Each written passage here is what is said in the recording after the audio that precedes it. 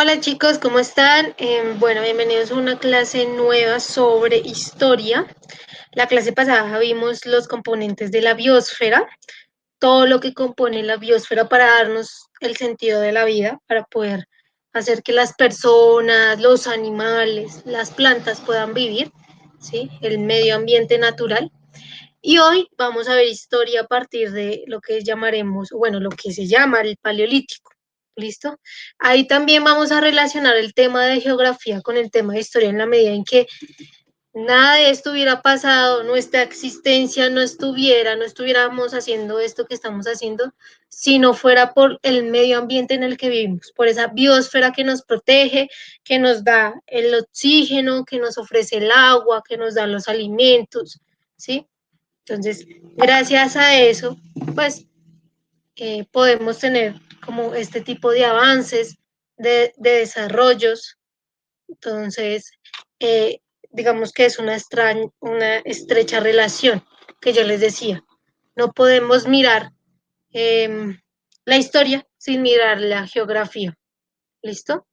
Eso es algo muy, muy importante.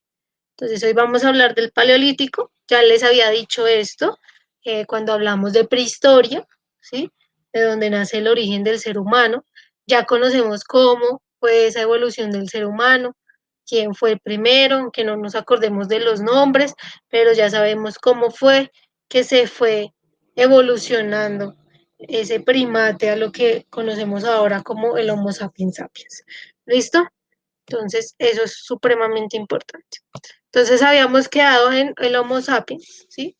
Como la etapa inicial de nosotros, nuestra raza, pero pues ese Homo sapiens va a empezar a volverse Homo sapiens sapiens, o sea, dos veces.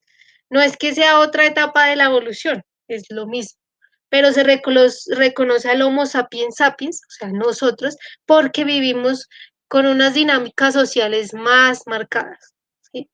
Más contundentes, donde reconocemos nuestra identidad como seres humanos, que nos diferenciamos de los animales y reconocemos como capacidad de razonar, de preguntarnos y de generar cultura. Y yo les decía, la cultura va a ser esencial para eh, pues la raza humana porque generará una identidad, generará una herencia y eso pues generará las relaciones sociales, políticas, económicas en las que estamos inmersos. ¿Listo? Entonces, vamos a ver el Paleolítico, inicia hace 2,85 millones de años y se extendió hasta cerca de 10.000 años. ¿Qué es lo importante acá? Lo importante acá no es la fecha. Lo importante es que el Paleolítico es la etapa más larga que ha tenido la historia de la humanidad. O sea, si nosotros pensamos lo que yo les decía, que evolucionamos de un día para otro, paila, estamos fregados, porque nos demoramos muchísimo en evolucionar. Y el Paleolítico va a ser larguísimo porque es que ahí es donde se van a desarrollar ese tipo de situaciones que nos va a empezar a generar un avance cognitivo hasta el día de hoy, ¿sí? Ahí es donde a partir del experimento, del ensayo-error, ese ser humano va a empezar a mirar, va a empezar a razonar, va a empezar a crear, ¿sí? Y eso se demora muchísimo, no es que un día amaneció el Homo sapiens, hizo el fuego, perdón, el Homo erectus hizo el fuego, después el Homo habilis el otro día cogió y empezó a tallar la piedra, no, eso se demora muchísimo, así como la evolución del ser humano, de pasar de primate a ser humano, al Homo sapiens, se demoró muchísimo, entonces es la etapa más larga de eso. En una conversación ustedes son un poco intelectuales con sus amigos, ay no, ¿cuál es la etapa más larga del ser humano? Paz. Entonces les dicen, no, fue el Paleolítico porque ahí se desarrollaron pues todas las consecuencias cognitivas del ser humano, tan, los corchan a todos, es lo que interesa, no interesa tanto los años, sino el proceso, lo que pasó ahí en el Paleolítico. ¿Listo? Entonces eso es importante. Fue lo más larga porque es ahí donde va a empezar a desarrollarse el ser humano como un ser cognitivo, como un ser social, como un ser cultural. ¿Listo? Y eso va a sentar las bases de nuestra civilización actual y las civilizaciones antiguas. ¿Listo? Eso hay que tenerlo muy, muy en claro. Entonces, lo que yo les decía, el paleolítico se diferencia en tres etapas. Perdón. Una etapa que es como una etapa precaria, una etapa intermedia y una etapa superior. Entonces, aquí, precaria, donde encontramos el Homo erectus y el Homo habilis, que era pues los antecesores al Homo sapiens, ¿sí? Que pues ellos utilizaban la piedra y descubrieron el fuego, pero no tenían ningún tipo de organización social, solo vivían como al margen diferente a los animales en la medida en que tenían vipidez, los que yo le contaba a ustedes, pues ya se había empezado a surgir la vipidez, la necesidad de ponerse de pie y mirar el medio ambiente natural a ver cómo se transformaba, pero cómo se transformaba individualmente. No había una necesidad de conformar una sociedad, ni pensaban en una familia, porque independientemente, pues todavía, por así decirlo, éramos primates y al ser primates éramos mamíferos y al ser mamíferos éramos animales que no razonábamos, sino que era a partir de instinto. Los animales se reproducen por instinto. Ustedes no pueden decirle a su perrita que a la calle cuando salga no te vayas a embarazar, por favor. No, o sea, si ella tiene, pues si la monta un perro, pues ella no va a evitar un embarazo porque se hace parte de un instinto, ¿sí? Ella no se va a poner, oye perro, por favor, no te me vayas a montar porque yo no quiero tener hijos porque soy muy joven. No, no tiene racionalidad. Los animales no tienen racionalidad. Entonces, ahí había una reproducción por instinto, más no por la necesidad de crear una familia ni crear vínculos sentimentales. ¿Listo? Perdón. Listo. Ahora, encontramos en el Paleolítico, que en el intermedio, encontramos ahí sí como una capacidad un poquito más de socialización, de crear como sociedades, de mirar, sí, hacia el horizonte, buscar como solventar necesidades de una manera más comunal, más comunitaria. Entonces ahí pues nace, no, si no encontramos al Homo neanderthalis, ¿se acuerdan lo que yo les dije? El que se encontró en, como en Europa, pero que en África es como la etapa originaria, como el origen de la vida, que es lo que el fósil que encontraron de Lucy, ¿se acuerdan? Que es como lo que, lo que va a dar sentido al Homo sapiens. Entonces, ese Lucy, ¿sí? Va a tener unos sentidos de generar procesos más sentimentales con los demás, y es ahí, por eso ahí dice primeros enterramientos. Entonces, ya no es como el animal se muere y ya, pues es un fósil y queda ahí, ¿no? Sino van a empezar a entender ese tipo de cosas como algo de preguntarse de una manera muy desde el lenguaje sobre el por qué la muerte. Entonces van a empezar a generar unos rituales, ¿sí? Y esos rituales van a empezar a forjarse en cultura, ¿listo? Entonces ese es el paleolítico intermedio. Posteriormente está el paleolítico superior, que ahí sí es cuando está el Homo sapiens sapiens, ¿sí? Que somos nosotros, que es ahí donde hay una necesidad, un razonamiento de generar una familia, de trabajar en comunidad, de poder intercambiar conocimientos, de poder hacer una división del trabajo. ¿Listo?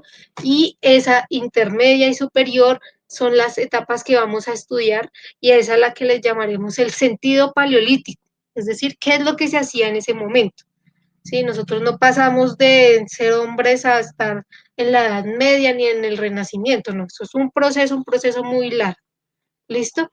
¿Qué va a romper el paleolítico? O sea, ¿cuál va a ser el momento en el que se va a decir, pues, aquí es donde ya se acaba el paleolítico, que fue la etapa más larga de la humanidad?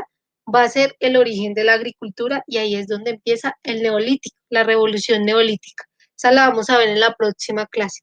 Esa va a ser la primera revolución económica, ¿sí? Porque ya va a pasar el hombre de ser un nómada.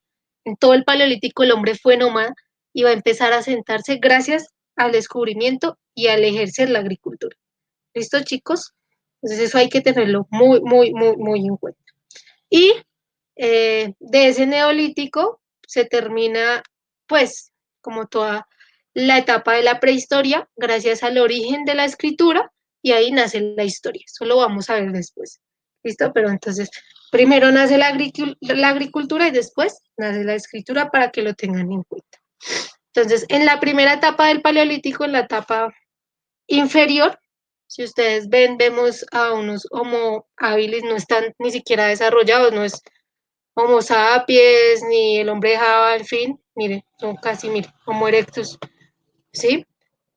Tienen todavía mucho vello, aunque tienen bipidez, pues son muy rígidos a la hora de generar, eh, utilizar las herramientas como las piedras, están cazando, entre comillas, una cebra, pero en esa primera parte, la primera etapa de ese paleolítico, no hay como un profesionalimiento, o sea, no son profesionales a la hora de cazar, son carroñeros.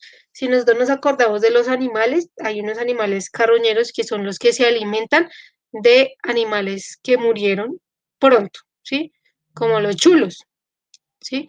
Ven que a veces hay unos chulos en el cielo, es porque uno dice, uy, debe que alguien o algún animal o lo que nosotros llamamos mortecino, los carroñeros también son las moscas, los gusanos. Pues sí, al principio de nuestra etapa como evolución de los seres humanos, fuimos así. Por ejemplo, utilizaban una piedra para pegarle a un animal, lo mataban y iban a carroñar. Eso no era cazar, era carroñar. Si un animal moría por muerte natural, venga para acá de una vez y carroñar. ¿Listo? Entonces, ahí todavía teníamos un comportamiento animal, lo que yo les decía, y nosotros seguíamos siendo primates. Ser primates es mamífero y ser mamífero es animal. Entonces, ese tipo de cosas, pues, generarían que posteriormente avanzáramos a lo que es la caza, pero en las primeras etapas del Paleolítico éramos totalmente carroñeros, ¿listo? Y había una recolección de frutos, o sea, lo que había en los árboles, venga para acá, como cuando usted va a tierra caliente y ve un árbol de mangos, venga para acá y ya no me interesa qué más pasa con los árboles. Usted no se pregunta sobre si ese árbol cuántos mangos da o si ese árbol hace cuánto, cada cuánto cada cuánto está ahí, o si ese árbol ha sufrido tal cosa. No, usted no se pregunta eso, usted coge el mango y se lo lleva y ya. Así hacíamos al principio, recolección de frutos, pero no pensábamos sobre el árbol ni sobre la fruta, sino solo una necesidad vital. ¿Listo? Entonces, por eso, en las primeras etapas, porque ahí mismo lo hice, no, todavía no éramos Homo sapiens sapiens. Era una transición entre Homo erectus y Homo habilis. ¿Listo? Posteriormente, en las etapas finales, especialmente en la final, en la superior, pero también fue un tránsito entre la intermedia y la superior, había una caza más experimentada por lo mismo, porque ya no solo era la piedra, sino era el tallar la piedra y algunas cuestiones de madera para generar unas lanzas, ¿sí? Para que generar una estrategia. Ya no es solo como comer por necesidad, sino una estrategia para poder cazar de una manera correcta a esos animales, como lo vemos en la imagen, ¿sí?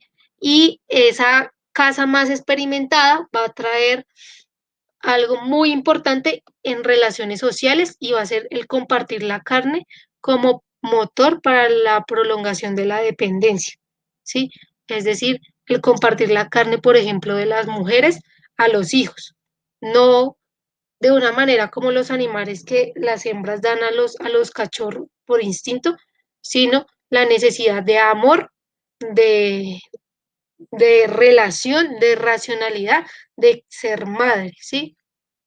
Y eso digamos que está en discusión pues con la gente ahorita, los animalistas y eso, que digamos las hembras, los animales, las hembras, pues dan a sus hijos la comida y eso porque es un instinto, ¿sí? Más no porque ellas se piensen como madres. O sea, ellas no se consideran madres, los animales no se consideran madres, simplemente es un instinto.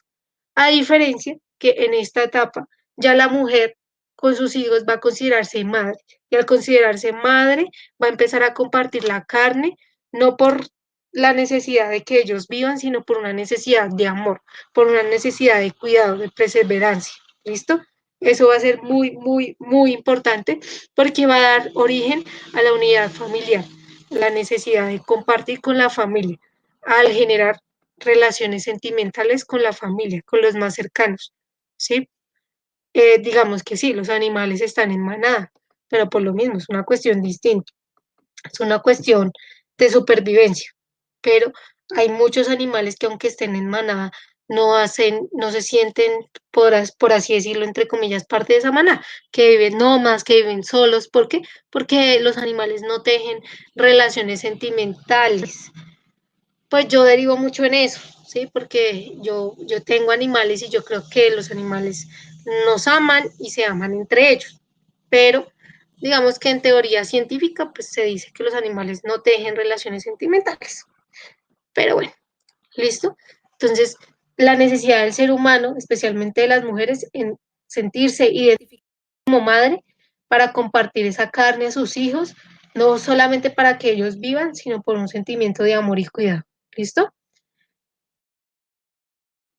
Lo otro súper importante de manera social y económica va a ser la división del trabajo, ¿sí? Donde los hombres cazaban y las mujeres recolectaban los frutos, las semillas y cuidaban a los niños. Digamos que aquí hay que resaltar, y es que históricamente las mujeres han generado el trabajo al triple, diría yo, y todavía lo vemos.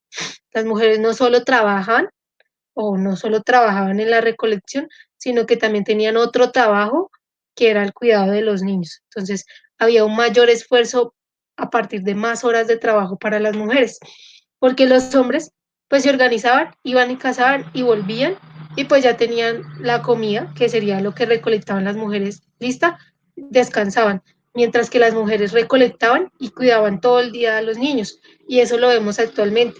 Y por eso la lucha de la remuneración de el trabajo doméstico. Sus mamás trabajan, ¿sí? Regresan a su casa y tienen que hacerle comida, tienen que alistarles las cosas, tienen que hacer de todo, ¿sí? Entonces es un doble trabajo. A veces a las mujeres es más difícil y la remuneración económica es mucho menos que la de los hombres. Entonces, aunque esto pasó en las primeras etapas del Paleolítico, ¿sí ven? Hace más de 10.000 años, ¿sí? Aunque esto pasó hace muchísimos años, todavía tenemos una visión machista de la división del trabajo. Todavía estamos reigados en las desigualdades de género. Y eso es importante que ustedes lo analicen, chicos. Tienen ustedes que mirar sobre prácticas en su casa. En realidad usted sí trabaja, en realidad usted sí estudia, porque no es lo mismo usted sentarse en todo un día en un computador a que digamos su mamá que trabaja, a que su mamá que también tiene que hacerle, tiene que comer, perdón, tiene que hacerle la comida, tiene que tenderle la cama, tiene que, ¿sí ve? Entonces hagan ese análisis, que eso ya pasó hace millones de años y decimos, no, ahorita las mujeres tienen derecho, no sé qué, son iguales todavía, hay diferencias de género. ¿Hace cuánto hay esas diferencias de género? Y son persistentes, aunque muchos de nosotros lo negamos. ¿Listo? Entonces eso es importante. En ese momento pues había mayor esfuerzo, ¿sí? De una u otra forma pues es una etapa inicial de hace muchísimos años, pero lo que yo les digo, han pasado tantos años y sí, nosotros tenemos derecho a votar y a elegir y a profesionalizarnos, pero todavía faltan cosas, ¿sí? Entonces para que lo tengan en cuenta. Entonces miren su primer espejo, que el primer espejo es su casa. ¿Listo, chicos? Entonces en esas etapas finales va a empezar a afianzarse, ¿sí? Ya no solamente vamos a ser carroñeros, ya no somos carroñeros, sino con el surgimiento de nuevos utensilios, de nuevas herramientas, ¿sí? Pues va a empezar a hacer un poco la casa, va a empezar a ser más profesional y va a generar mejores resultados, ¿sí? ¿Qué pasaba con los carroñeros?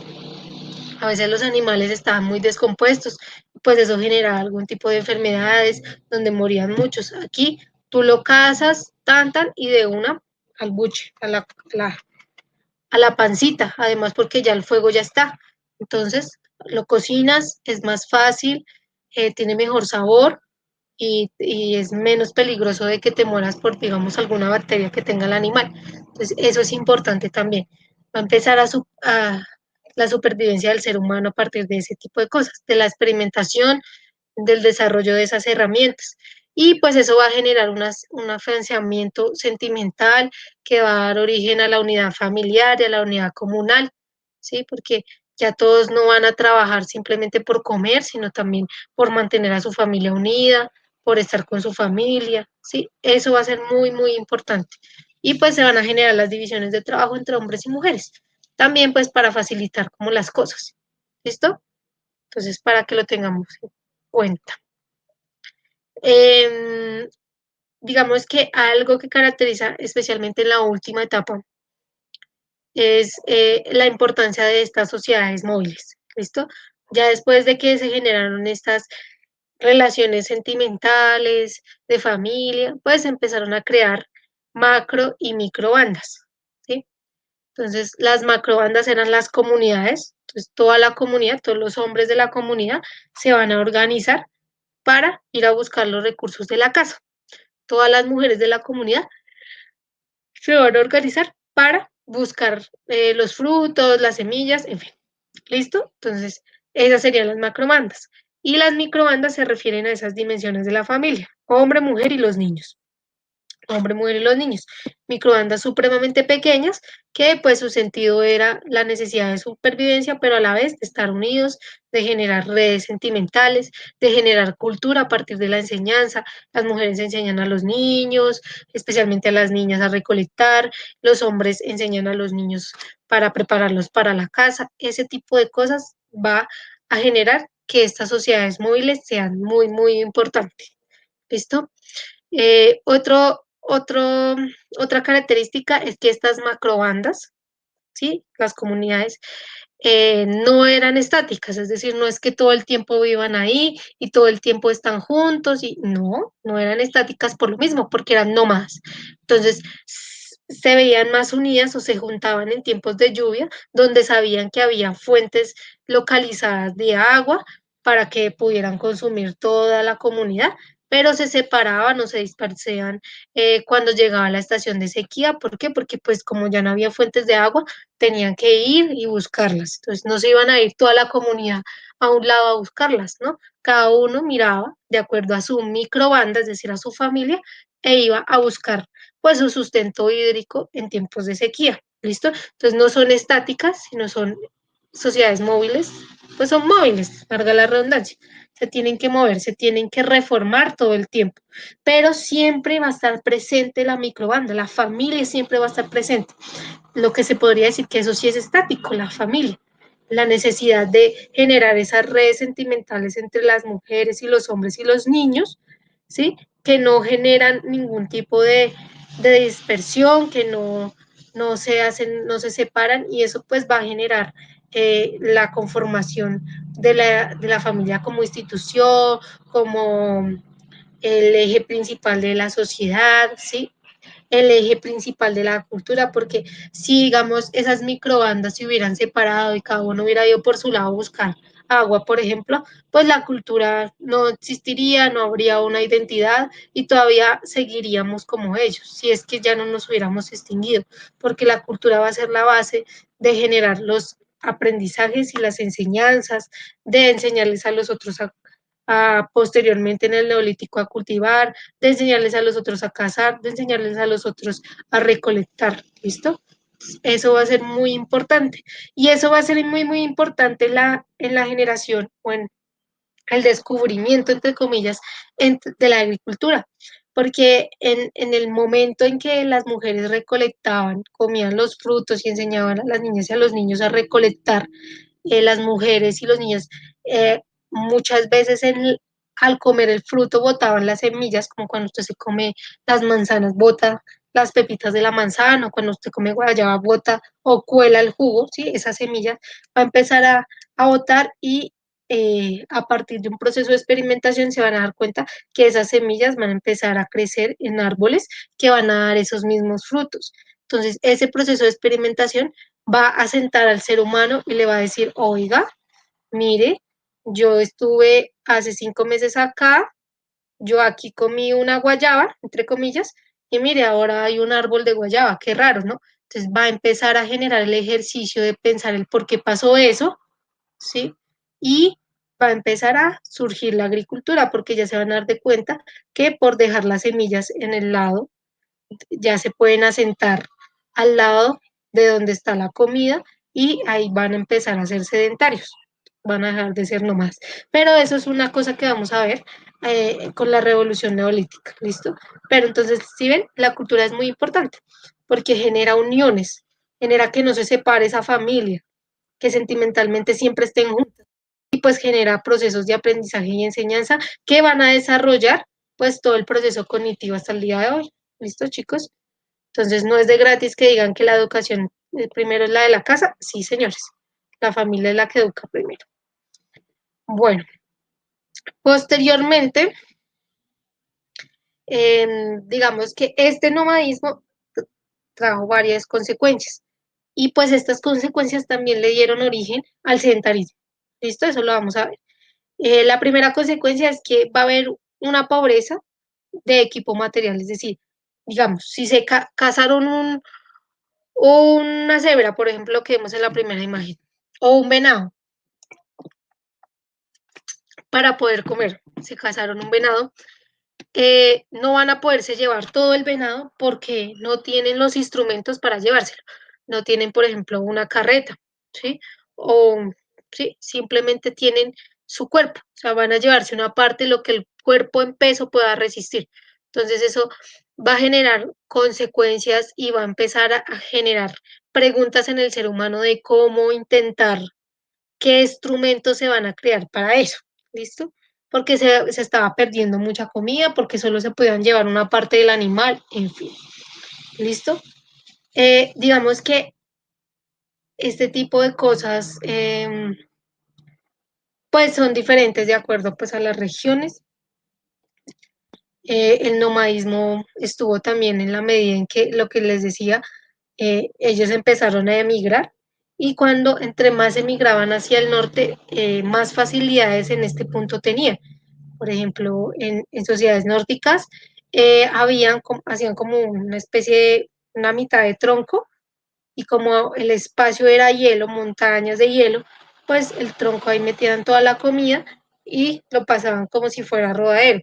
Pero digamos que en el clima tropical de África, donde se generó el ser humano y donde se empezó a sentar más y más poblaciones, pues era difícil hacer eso, porque por dónde iban rodando los alimentos, no se podría. Entonces, lo que le tocaba hacer a los seres humanos, pues era poner la comida encima de ellos, ¿listo? Ponerlos ahí.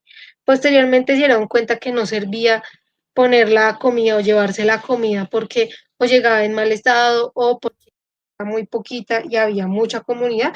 Entonces ahí fue cuando empezaron a sentarse. Mataban el animal y entre todos se asentaban ahí y empezaban a comer. Entonces, ahí es cuando también va a empezar no solo la agricultura, sino la domesticación de animales cercanos, ¿sí? Lo que ahora conocemos como ganado, ¿sí? Que se posicionaban al lado de la casa, se criaban, se domesticaban para después comerlos ahí muy cerca y no tener que ir a cazar.